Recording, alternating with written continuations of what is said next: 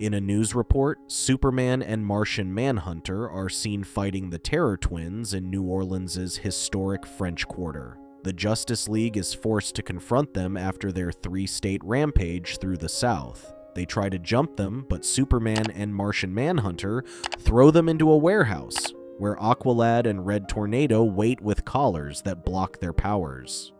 Later, Miss Martian and Superboy arrive, who then assumes their identities and copies their appearance with her powers. Disguised as the Terror Twins, Miss Martian and Superboy are transported to Belle Reve Penitentiary along with supervillains Mr. Freeze and Icicle Jr. Before the mission, Batman explains that 4 ice villains stage simultaneous attacks on the 4th of July.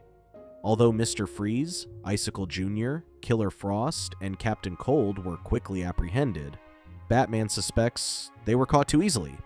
Killer Frost and Captain Cold were immediately sent to Belle Reve, Icicle Jr. was sent to a juvenile facility, and Mr. Freeze was returned to Arkham Asylum. What's peculiar was that Mr. Freeze petitioned the court to be declared legally sane while Icicle Jr. requested to be tried as an adult. As a result, both await transport to Belle Reve, which appears to be their goal. When Aqualad asks who inside the prison will know about Superboy and Miss Martian's true identity, Batman claims that they can't trust anyone and worries that even the prison staff are compromised. When they arrived at Belle Reve, Amanda Waller, the facility's warden, immediately greeted them. She explains that their proprietary collars are custom designed to inhibit their specific meta abilities. In addition, she claims that the collars can and will be used to discipline inmates.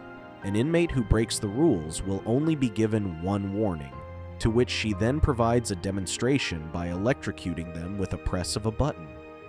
If order is not restored, the next shock will render them unconscious.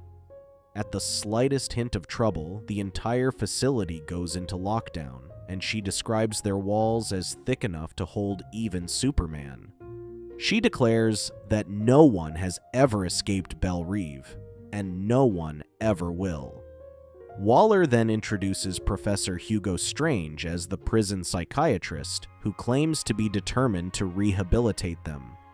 As they are escorted to their cells, Miss Martian maintains contact with Superboy by telepathy, claiming that the collar was not designed to block her powers. Superboy shares a cell with Icicle Jr., while Miss Martian discovers she's in the same cell with Killer Frost.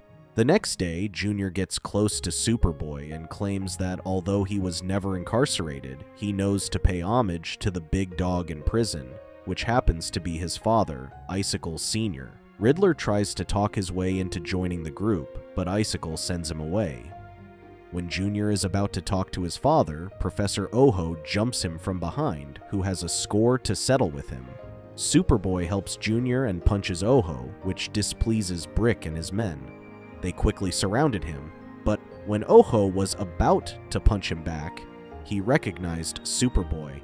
Miss Martian worries that Superboy's disguise will be blown, so she uses her powers to make Oho forget and compels him to recognize him as Tommy Terror. When Brick is about to finish him off, Icicle breaks the fight, impressed by Superboy's bravery. He claims he hoped he could have seen it in his own son. Although not part of the group, Superboy listens to their conversation with his super hearing. Icicle claims that now that they have gathered, they just need to put the final pieces in place to bust every prisoner out of Belle Reve. Later, a prisoner hands them their new prison uniforms, which Junior urges Superboy to change into. Superboy suspects the breakout is happening soon and informs Miss Martian through telepathy. Miss Martian reports back to Aqualad and decides it is time to pull them out and notify the League. Superboy stops him and claims that Icicle would only postpone it, to which Miss Martian suggests staying so they can learn how the criminals plan to break out of prison. During a session with Hugo, he explains that the twins' antisocial tendencies are a roadblock to their rehabilitation. These often result in a conflict with a mother figure, but Miss Martian claims their problems stem more from a conflict with a father figure. She explains that although he may refuse to admit it, Superboy just wants to be like his father. Unfortunately, their supposed father figure is distant and refuses to pay Superboy attention. Superboy couldn't hold it in anymore and lashed out at Miss Martian. Hugo feels they have made a significant breakthrough, sending them back to their cells. Meanwhile, Icicle is escorted by a guard who informs him that a shipment just came in with the new uniforms. When they opened the crate, Freeze claimed it was exactly the parts they needed. At the cafeteria, Mr. Freeze claims that they have accounted for every member of the Justice League except for Red Tornado. Icicle claims that even if he did show up to stop them, he wouldn't be able to do it by himself. Superboy wonders why Junior isn't sitting with his father. Junior claims that his father is a jerk who only wants him around when he needs something. He admits that he initially only wanted his father's approval. Suddenly, Junior changes the topic and asks Superboy about his supposed sister. He claims that's whatever everyone needs, to find someone who understands who they are and likes them anyway. Superboy claims that Junior seemed more of an evil genius. Later, Freeze causes a ruckus and punches Icicle, claiming that the prison needs a new top dog. Guards storm in before he can finish Icicle and incapacitate him with the collar. Icicle pulls Junior aside and claims that they might have a problem being unable to reach Killer Frost. Superboy happens to overhear their conversation and offers his help. He explains that he has a mind link with his sister, but Icicle doesn't believe him. Icicle claims that he knows about his powers and that he only has super strength and no telepathic abilities. Superboy explains that they don't tell everyone about their powers, and that it's a twin thing. He claims he can talk to his sister, who can then inform Killer Frost. Icicle hesitatingly agrees and tells him to forward the message that it's going down now. Freeze is taken to Waller, but before she can reprimand him, he uses his powers on the guard to break free. Waller tried to incapacitate him, but he quickly took the collar off his neck. With the collar destroyed, Waller orders Belle Reeve to be put on lockdown. She then pulls a gun on him, but Freeze disarms her. Hugo asks him what he wants, and Freeze demands the master control of all the collars. After disabling the prisoners' collars, Powerhouse Mammoth and Blockbuster break out of their cells and destroy the sentries. They also break into the guards' control room, where the other prisoners also escape. Without the collars, the prisoners are free to use their powers. Having overrun the prison, Icicle puts the guards in the cells while he leads the others in breaking out.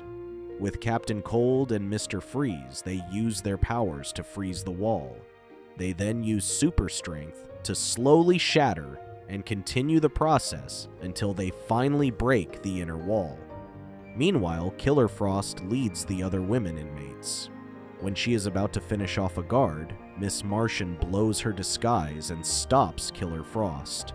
Miss Martian was in constant contact with Superboy until she revealed herself and got captured. Icicle orders Junior and Superboy to break through the wall that connects the female prison ward so the others can join them. Junior explains that Killer Frost should be working on their side while they work on this side.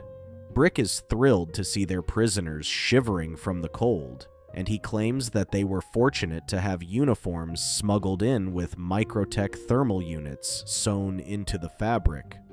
Waller argues that when this is over, they will all regret it. Brick is displeased and pulls Waller by the neck, but Hugo convinces him that Waller is a more valuable hostage alive. Superboy suspects he won't be able to save Miss Martian if he has to go against all prisoners of Belle Reeve with their powers. That said, he tricks Junior into thinking that his supposed sister told him that the collars in the female wing are turning back on, and worries it could happen to them. Junior claims they must inform his father, but Superboy suggests taking the initiative. Superboy and Junior go to Waller's office. where Oho and his men stop them. Worried they are running out of time, Superboy knocks them out, and Junior helps him out. When Oho's memories return, Superboy knocks him out before he can reveal his identity. Superboy asks Junior to keep watch while he secures the master control of the collars. He then goes out and tells Junior it's done, but little does he know that Superboy turns them back on instead of ensuring it stays off. Icicle is furious when he realizes the collars have been turned back on. He claims they were almost done with what he declares should have been the greatest jailbreak in history. Freeze and Icicle confront Waller and demand to know how she managed to turn the collars back on. When Icicle tries to finish her off, Hugo jumps at him and knocks him out. Later, Freeze confronts Junior and Superboy, who explains that he returned to the Warden office only to find their men taken out by ice before their collars were reactivated. He claims that with his father and Captain Cold with him the entire time, he is the only suspect they have. Junior claims they went to the Warden's office to stop the collars from turning back on. Superboy uses this chance to make them turn on each other. He tells Junior that Freeze has been planning a power play and staged a coup to take what belongs to his father. Junior is enraged and confronts Freeze while Superboy handles Mammoth and Blockbuster. With Junior struggling to keep up with Freeze, Superboy suggests trading opponents. Superboy then jumps at Freeze and breaks his suit. Freeze claims he can't survive without it, forcing him to freeze himself to survive. Junior uses his powers to trap Mammoth and Blockbuster in ice, but worries it won't hold them for long. Superboy finally breaks through the wall, but Killer Frost and Devastation await him. When he discovers that Miss Martian has been frozen, Superboy charges at them in a fit of rage. Devastation confronts him, and the two exchange punches. Killer Frost struggles to freeze Superboy with Devastation in the way, so she decides to freeze them both. Superboy sees through it, uses Devastation as a shield, and rams her at Killer Frost, knocking them both out. Junior asks him what he was thinking when he took out Killer Frost. He felt terrible for him when he saw Superboy's supposed sister, Miss Martian, frozen in ice. When Superboy tries breaking the ice, Junior stops him, worried he'll shatter her with it. Superboy telepathically begs her not to leave him alone when the ice breaks, freeing Miss Martian. Miss Martian claims being frozen is nothing, but Superboy kisses her before she can finish her sentence, shocking Junior. Hugo moves to Waller's office as the new warden of Belle Reve, with the prisoners back where they should be. He claims that Belle Reve will be fully operational by tomorrow, with all prisoners accounted for except for the Riddler. He claims that Riddler somehow managed to escape during the confusion. It turns out that Hugo was working with Icicle, who revealed that he had smuggled the tech inside the prison. Icicle claims that although the breakout failed, their primary objectives were fulfilled. Hugo claims that the Light should be pretty pleased as they shake hands, implying some sinister plan behind it all. Thank you for watching. Check out these other videos and make sure to subscribe and tap the bell to be notified about our latest videos. See you next time.